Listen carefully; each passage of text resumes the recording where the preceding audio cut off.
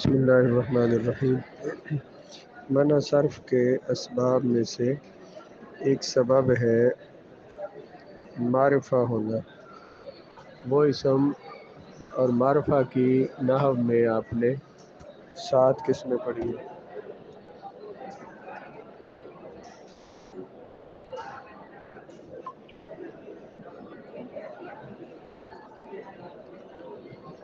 معرفہ کی ان 7 قسموں میں سے جو علم ہوتا ہے یہ غیر منصرف کا سبب بنتا ہے، یعنی وہ اسم معرفہ جو کسی کا علم ہوگا وہ غیر منصرف ہو سکتا ہے۔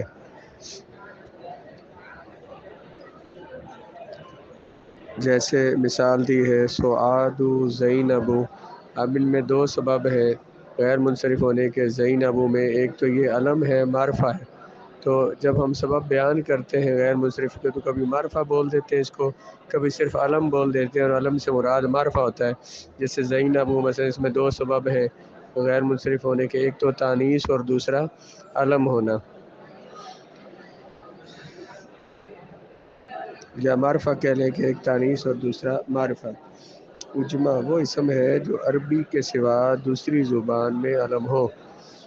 اس کو آسان لفظوں میں یوں کہیں کہ وہ اسم جو عربی زبان کا نہ ہو، کسی اور زبان کا ہو، جس زبان کا وہ لفظ ہے اس میں وہ علم کے طور پر استعمال ہوتا ہو، تو جب وہ عربی میں استعمال ہوگا تو وہ غیر منصرف ہوگا۔ وہ اسم جو کہ غیر عربی زبان کا ہو، عجمی زبان کا ہو اور علم ہو، اور عربی زبان میں بھی بطور علم ویسے ہی استعمال ہوتا ہو تو وہ بھی غیر منصرف ہوگا۔ لیکن اس کے غیر منصرف ہونے کے لیے شرائط ہے۔ ایک شرط تو یہ ہے کہ وہ حروف جو عجمی ہے اور عربی زبان میں استعمال ہوتا ہے اس کے حروف 3 سے زائد ہوں تو پھر وہ غیر منصرف ہوگا۔ جیسے ابراہیم، جیسے اسماعیل، اب اس کے حروف 3 سے زیادہ نہیں، غیر منصرف ہے۔ اگر اس کے حروف ہوں 3 تو پھر اس کے غیر منصرف ہونے کے لیے شرط یہ ہے کہ اس کا درمیانی حرف متحرک ہو۔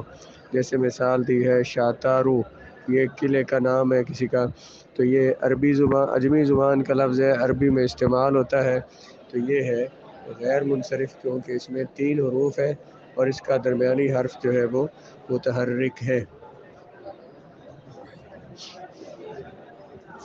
اسی طرح سے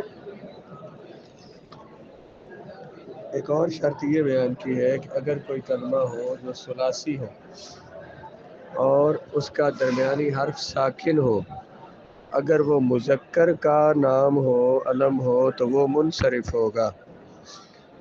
پہلے کیا کہا تھا کہ کسی کلمے میں 3 حروف سے عجمی ہو اور 3 حروف سے زائد ہو اور وہ علم ہو تو غیر منصرف ہوگا۔ اگر 3 حروف ہو اس میں تو درمیانی حرف متحرک ہو تو وہ غیر منصرف ہوگا۔ اگر 3 حروف ہو اور درمیانی حرف ساکن ہو اور وہ مذکر کا علم ہو تو وہ منصرف ہوگا۔ اگر ثلاثی ہو، 3 حروف والا ہو اور عجمی ہو اور مؤنث کا علم ہو اور اس کا درمیانی حرف ساکن ہو تو پھر اس کو غیر منصرف پڑھنا واجب ہے۔ مذکر کا علم ہو اور 3 حروف اور درمیانی حرف ساکن ہو تو منصرف ہے۔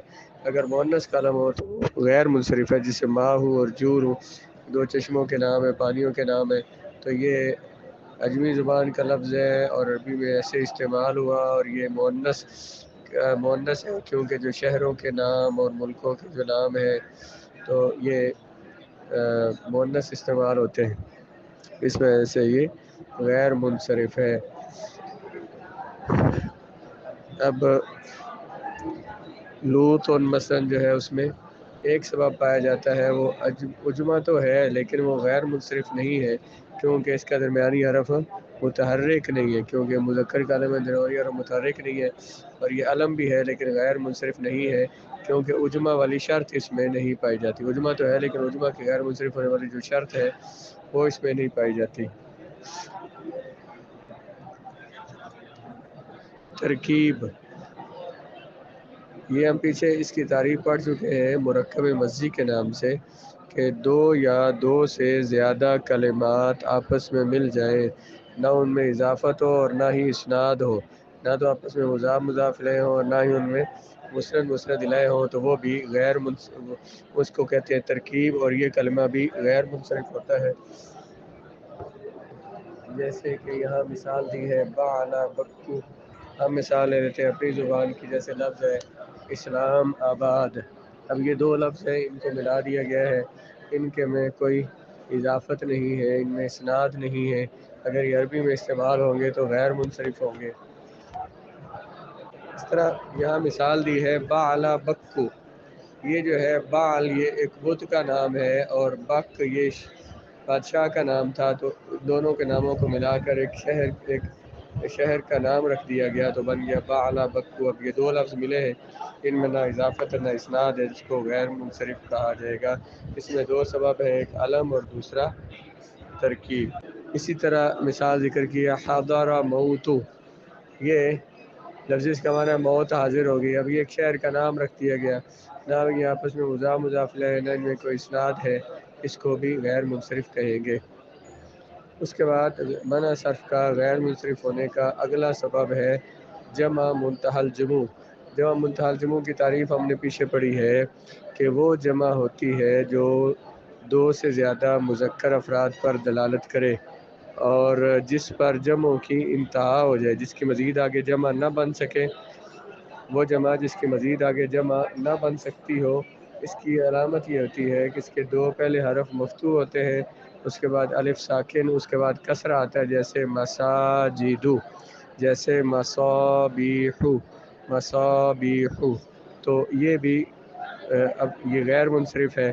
اس میں غیر منصرف کے دو اسباب، یہ جو ایک سبب ہے جمع منتہی الجموع ہونا، یہ اکیلا سبب دو اسباب کے قائم مقام ہے۔ تو یعنی جمع منتہی الجموع جہاں پہ آئے گا تو یہ دو اسباب کے قائم مقام ہوگا۔ مثلا ہم نے کہا کہ مساجدو یہ غیر منصرف ہے، کو پوچھے اس پہ کون سے سبب ہے، دو سبب کون سے، تو ہم یہ کہیں گے کہ یہ جمع منتہی الجموع ہے، اور یہ اکیلا ہی دو اسباب کے قائم مقام ہے۔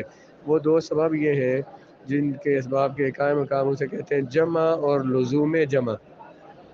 اس کی تعریف سے ہم نے پڑھا ہے کہ اس کی مزید آگے جمع نہیں بن سکتی، تو جس کی آگے جمع بن سکے، مثلا ایک لفظ ہے اردو میں دوا، اس کی جمع آتی ہے ادویتن، اس ادویتن کے آگے جمع آتی ہے ادویاتن۔ اب یہ جو ادویتن ہے جو دوا کی جمع تھی، لیکن اس کی آگے مزید جمع بن رہی ہے، تو یہ اگرچہ اپنی جگہ پر یہ ادویتن جمع ہے، لیکن کیونکہ اس کی آگے جمع مزید بنتی ہے تو اس لیے یہ اس کو ہم یوں کہہ سکتے ہیں کہ یہ ادویاتن کے لیے یہ واحد ہے، تو اس پر جمع کی انتہا نہیں ہوئی، مزید اس کی آگے جمع بن سکتی ہے۔ تو مساجد و مصابیح جو ہیں ان پر جمع کی انتہا ہو گئی ہے، ان کی مزید آگے جمع نہیں بن سکتی، تو اس لیے کہتے ہیں ان کو جمع ہونا لازم ہے۔ اس لیے دو سبب اس میں جو ہے وہ جمع اور لزوم جمع ہے۔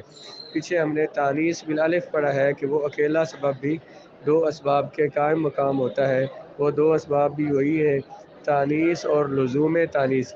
لفظ مؤنث ہے اور اس کو مؤنث ہونا لازم ہے۔